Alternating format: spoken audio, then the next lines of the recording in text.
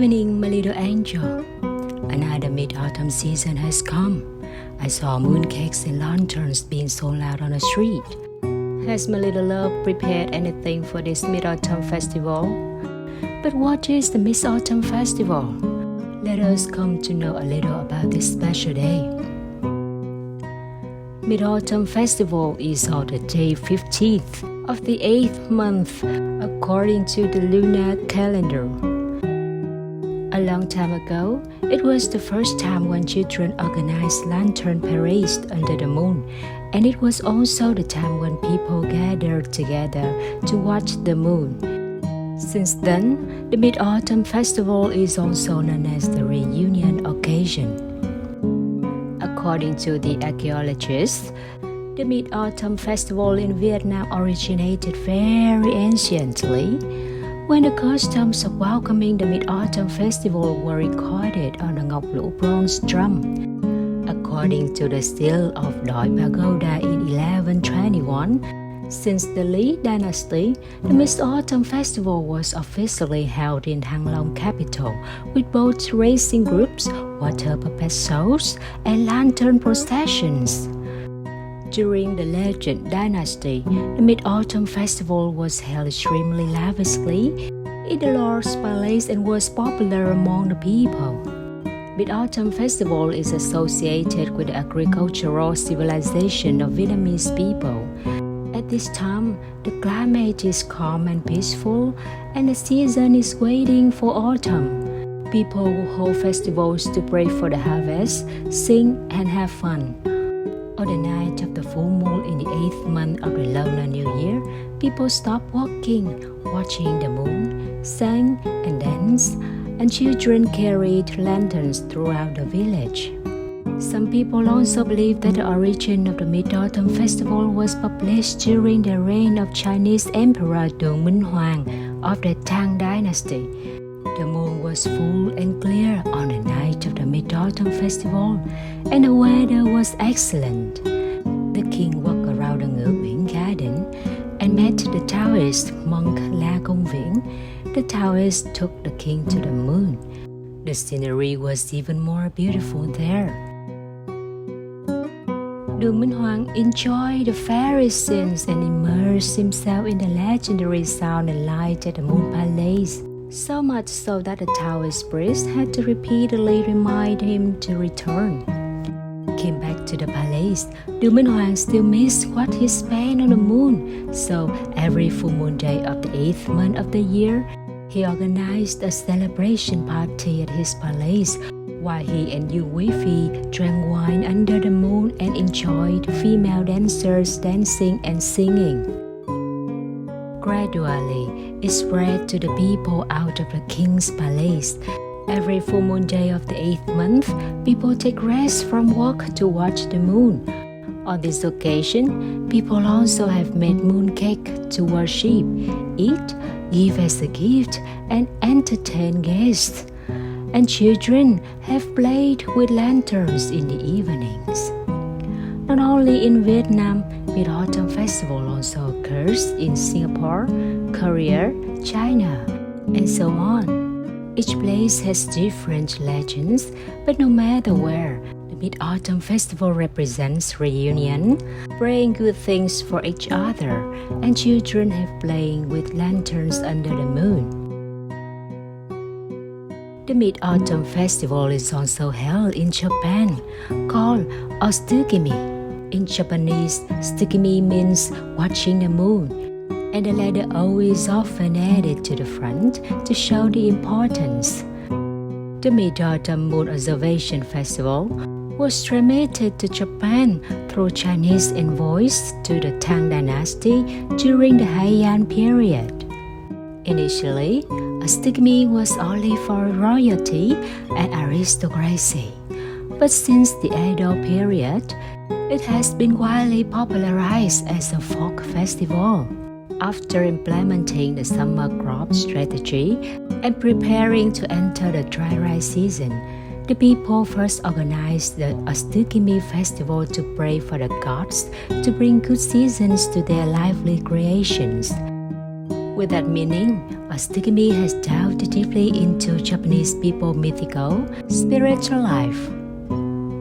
In the following story hours, we will learn more about more exciting things related to the Mid-Autumn Festival. For now, let us return to Tottochan. 2 chapters today are Look Before You Leaped and then On the way home from school, just as she had almost reached home, Totto-chan discovered something exciting by the side of the road. It was a huge pile of sand.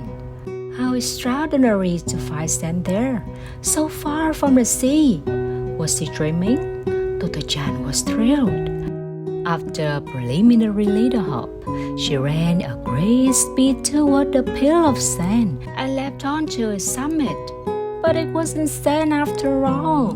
Inside, it was a heap of prepared grey worm plaster. She sank into it with a plop and found herself covered in a gummy stuff right top of her chest, like a statue, complete with a school bag and shoe bag. The more she snuggled to get out, her feet slid about. Her shoes almost came off, and she had to be careful not to become buried in them ultimately. She could do nothing but stay still, holding on to her shoe bag with her left arm stuck in the gooey mixture. 1 or 2 women she didn't know went by, and she said to them, "Excuse me," in a small voice, but they all thought she was playing, and then smiled with her and went on their way. As evening fell and it began to get dark, Mother came looking for her and was astonished to find Totto-chan's head sticking out of the pile. She found a pole and had Totto-chan hold one end of it while she pulled her out. She had first tried to pull her out by hand, but Mother's foot started to get stuck in the plaster. Totto-chan was covered with a grey plaster, just like a wall. "I thought I told you once before," said Mother. "When you see something that looks intriguing, don't jump on it straight away. Look before you leaped." The once before that Mother referred to happened during a lunch hour at school. Totto-chan was strolling along the little path behind the assembly hall when she saw a newspaper lying on the middle of the way. Thinking it would be fun to see if she could jump onto the newspaper, she took a few steps back, gave a little hop, and then aiming to the center of the newspaper and ran toward it with a tremendous speed and leapt onto it. But the newspaper had been left there by the janitor as a temporary covering for the cesspool opening mentioned before. He had gone to do something and let the newspaper over the hole to keep the smell in because the concrete lid was soft. Totto-chan fell right through and into the cesspool with a great big plop. It was really awful, but fortunately, they managed to make a clean little girl of Totto-chan again. That was the time Mother was talking about. "No, I won't jump on anything again," said Totto-chan quietly. Mother was relieved. But what Totto-chan said next made Mother think her relief was a bit premature. "I won't jump onto a newspaper or a pile of sand ever again." Mother was sure Totto-chan might easily lump it into her head onto something else. The days were getting shorter, and it was pretty dark by the time they reached home. Lunchtime at Tomoe has always been fun, but a new interest had recently been added. The headmaster still inspected the lunch boxes of all 15 pupils to see if they had something from the ocean and something from the hills. And his wife, with her 2 saucepans, was ready to supply the missing elements from anyone's lunch, after which they could all sing, "Chew, chew, chew, eat well, everything you eat," followed by "I gratefully partake." But from now on, after I gratefully partake, someone had to give a little talk. One day, the headmaster said, "I think we all ought to learn how to speak better. What do you think?" After this, while eating lunch, Let us have somebody different each day stand in the middle of a circle and tell us about something. How about that? Some children thought they weren't very good at speaking, but it could be fun to listen to the others. Some thought it could be supper to tell people things they knew. Tottochan didn't know what she could talk about, but was willing to give it a try. Most of the children favored the idea, so they decided to start talks the next day. Japanese children are usually taught at home not to talk at the mealtimes, but due to his experience abroad, the headmaster encouraged his pupils to take plenty of time over their meal and enjoy conversation. Besides that, he thought it was essential for them to learn how to get up in front of people and express their ideas clearly and freely without embarrassment. So he decided it was time to put this theory into practice. After the children agreed to the idea, he told them this. Tottochan listened attentively. You needn't worry about trying to be a good speaker, he said. And you can talk about anything you like.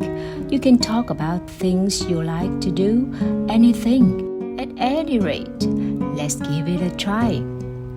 The order of speakers was decided upon.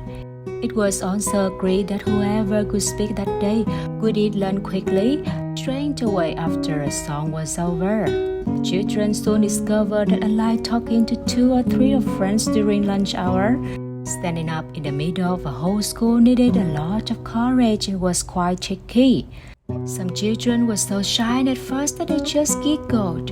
One boy had put a lot of effort and prepared a talk, only to forget all of the moment he stood up. He repeated several times his fine-sounding title, Why Frogs Jump Sideways, then started with, When It Rains, but got no further. Finally, he said, That's all, bowed and returned to his seat. Tottochan's turn hadn't come yet, but she decided that when it did, she would tell her favorite story, The Prince and the Princess. Everyone knew it, and whenever she wanted to tell it during breaks, the children would say, We're tiring of that one. But all the same, she decided it was the story she was going to tell. The new scheme was beginning to work rather well when, one day, the child whose turn it was to give a talk firmly refused. I have nothing to say, the boy declared. Tottochan was amazed to think that anyone could possibly have nothing to say, but that boy just didn't. The headmaster went over the boy's desk with the empty lunchbox. So, you have nothing to say? He said. Nothing. The boy wasn't trying to be clever or anything like that. He honestly couldn't think of anything to talk about. The headmaster threw back his head and laughed. He licked the gaps of his teeth. Let's try and find you something to say. Find me something? The boy seemed startled. The headmaster got the boy to stand in the center of the ring while he sat at the boy's desk. Try and remember, he said, what you did this morning after you got up and before you came to school. What did you do first? Well, said the boy and then just scratched his head. Fine, said the headmaster. You said, well, so you did something to say? What did you do after well? Well, I got up, he said, scratching his head some more. Tottochan and the other was amused, but listened attentively. The boy went on. Then, he scratched his head again. The headmaster sat patiently, watching the boy, with a smile on his face and his hands clasped on the desk. Then he said, That's splendid. That's good do. You got up this morning. You've made everyone understand that. You don't have to be amused of making people laugh to be a good speaker. The important thing is that you said you hadn't anything to talk about, and you did find something to say. But the boy didn't sit down. He said in a thunderous voice, and then all the children leaned forward. The boy took a deep breath and went on. And then, Mother, he said, brush your teeth.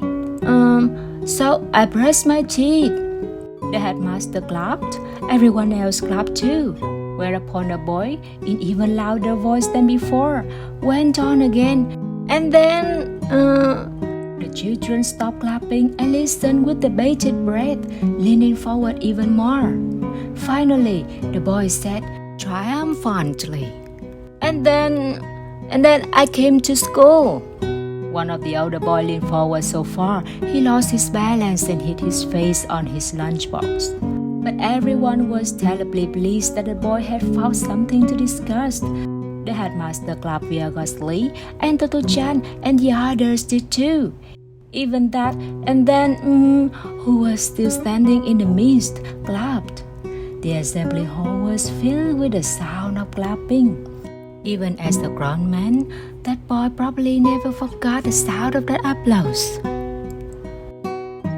It was a lot of interest in what we heard today, wasn't it? Since it was so fun, the story time of today was longer than usual. My little love, let you sleep early and have beautiful dreams. Today's story time is over. I wish my little angel a good night's sleep. See you again next time.